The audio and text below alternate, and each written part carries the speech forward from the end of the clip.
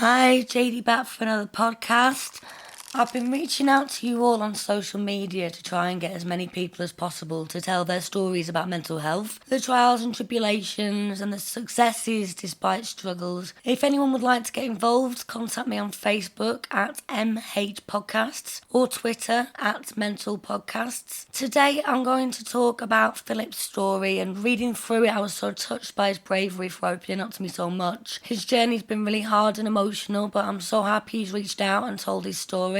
I think it's really inspirational. I was overwhelmed with work and uni. This is what triggered my first noticeable manic phase. Shortly after going manic, I believed I was invincible. I could understand metaphysics. Also, I thought I was a saviour. This was when I was taken into care at Ormskirk. I was placed under the Mental Health Act and was there for about a month. This is when I was diagnosed with bipolar disorder. They said we don't have such a scale in this country, but if we were in America, I would be bipolar 1. Since then, he's been unable to work. He says it's been nearly 8 years, but to remain stable is something I'm unable to do. Every day is a battle with intrusive thoughts and mood swings.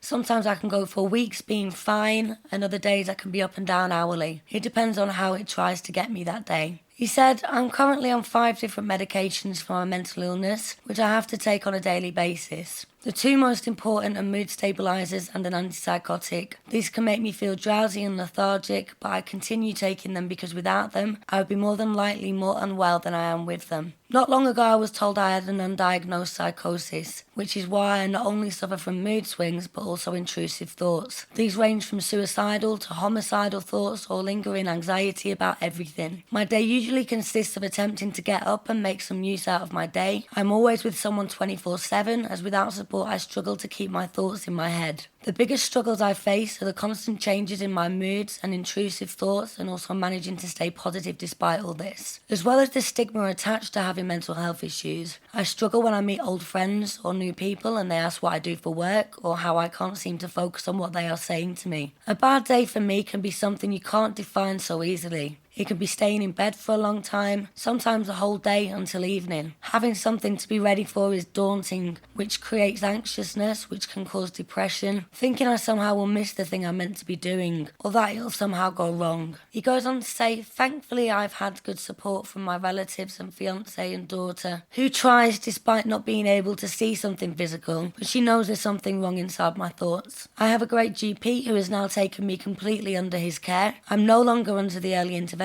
team or any mental health service. However, if I was to deteriorate, I would be able to get back in touch with them. As for coping strategies, I find speaking out to friends or family to converse about what is bothering me helps. Also making ample time to relax and try and enjoy moments you have when you feel well to the fullest. Also, I find it helpful to lie down and breathe deeply, which can help with stress and anxiety. As for proud moments, I'm proud that despite everything, I maintain a healthy social group and I make as much time available possible to my family and friends. Recently, a friend of mine has been sectioned with paranoia and delusional ideas, and I've been there to support him whilst he gets better, or if possible just comes to terms with the reality of what he'll face from now on. All I have to say to anyone who has or knows someone with mental illness is, do what's best for you or them. Don't let your illness define you. Everyone, even those seen to be normal, suffer from time to time, but we only get one chance at this thing we call life, so try to make the most of what you have and can do each day. Feeling lost is natural, but hopefully with these podcasts and other projects raising awareness, we can stop the stigma and help others who have mental illnesses.